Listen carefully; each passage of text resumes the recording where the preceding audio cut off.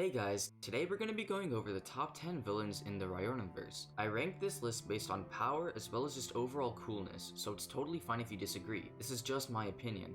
Ooh, by the way, there will be spoilers in this video for all the Riordanverse series. Anyways, let's get started. Hyperion is a Titan of the East and one of the 12 Elder Titans. The last Olympian describes him as the greatest Titan warrior besides Atlas, as well as the Lord of Light and Fire. When he fought Percy, we saw him walk on water, as well as use his powers to ignite his body in a column of light and heat, blinding Percy. In the end, it took Percy, Grover, and countless other satyrs to defeat Hyperion, proving him to be a worthy enemy. These three infamous Roman emperors proved to be quite the challenge in the trials of Apollo. Not only did they manage to make themselves immortal, but each of them specialized in their own skill. Nero was a master at manipulation, Commodus was an excellent fighter with incredible strength, and Caligula was, well, Caligula. Not only did he manage to kill Jason, one of the most powerful demigods, but it also took all of Frank's strength to defeat him. Overall, I think it's fair to say that these three deserve the 9th spot. Atlas, aka the General, is known for being the best Titan warrior. He's Kronos' second in command and took charge of the army while Kronos was regenerating. Atlas has your average Titan powers, immortality, super strength, but he's also a master at battle and strategy. Not only did he hold up the sky for, well, all of eternity, but he even managed to trick and trap the goddess Artemis. Seten is known as one of the most evil and dangerous magicians of all. Not only did he trick Carter to escape his death yet again, but he stole the Book of Thoth and used it to become a god. It took Percy, Annabeth, Carter, Sadie, and even the goddess Necbet to defeat him. Seten is a master with divine words as well as spell creation, and is definitely one of the most creative and conniving magicians we've ever seen. Associated with earthquakes, floods, and all types of natural disasters, Apophis is the Egyptian manifestation of chaos. In the Serpent's Shadow, we see Apophis manage to fight multiple gods at once, including Bast, Bes, Ra, and Sobek. Apophis even manages to swallow Ra, and is only defeated when the two most powerful magicians, Carter and Sadie, destroy his shadow using the help of the gods Horus and Isis. In my opinion, Loki is one of the coolest villains we've seen in the Riordanverse because of the way he fights.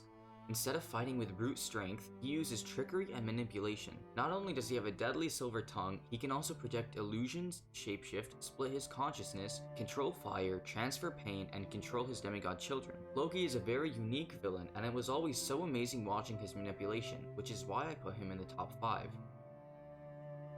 Gaia is the primordial goddess of the earth, and is the main villain of the Heroes of Olympus series. Throughout the books, we've seen her use her powers for many different things. She's able to heal her forces as long as they're touching the ground, as well as manipulate the ground to her will. We've seen her turn solid ground into quicksand, as well as use the earth to create a manifestation of herself, as she did to trick Leo into losing control of his fire. She can see and hear anything and everything that happens on the earth, as well as control plants and animals, as we've seen her do in Percy Jackson's Greek Gods and Heroes. Typhon is known as the Storm Giant and the father of all monsters.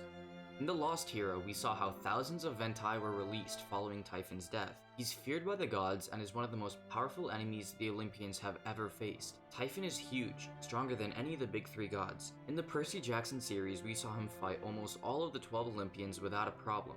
He absorbed Zeus's Master Bolt, as well as all the other Olympians' attacks. In the end, the gods were only able to slow him down, and he would have destroyed Olympus if Percy hadn't convinced Poseidon to help defeat him. Kronos is the king of the Titans and the main villain in the Percy Jackson series. He's the Titan of Time, giving him the power to slow down, freeze, or speed up everything around him. He commands thousands upon thousands of monsters, as well as all the other Titans. We never got to see his full power, as he was trapped inside Luke's body, but if he got his own form, I think it's safe to say that Olympus wouldn't be here. Sir, who could be more powerful than Kronos? I don't know if Tartarus is considered a major villain, but in the short time he appeared, he managed to destroy 2 Titans as well as calm an entire battlefield with his presence. He even admitted that that was just a small amount of his total power. We haven't seen much of his powers, but we have seen him shadow travel, radiate an aura of such power and evil that Percy dropped his sword, and create a black hole which absorbed the essence of 2 Titans easily. Even though we haven't seen much of him, I think it's safe to say that Tartarus is definitely the most powerful villain we've ever seen in the Riordanverse. Thank you all so much for watching. I'm sorry I haven't been posting consistently lately, but I've been super busy. As soon as school stops being as annoying as Octavian, I promise I'll be posting weekly again. Anyways, Thanks a ton for watching, and I'll see you all next time.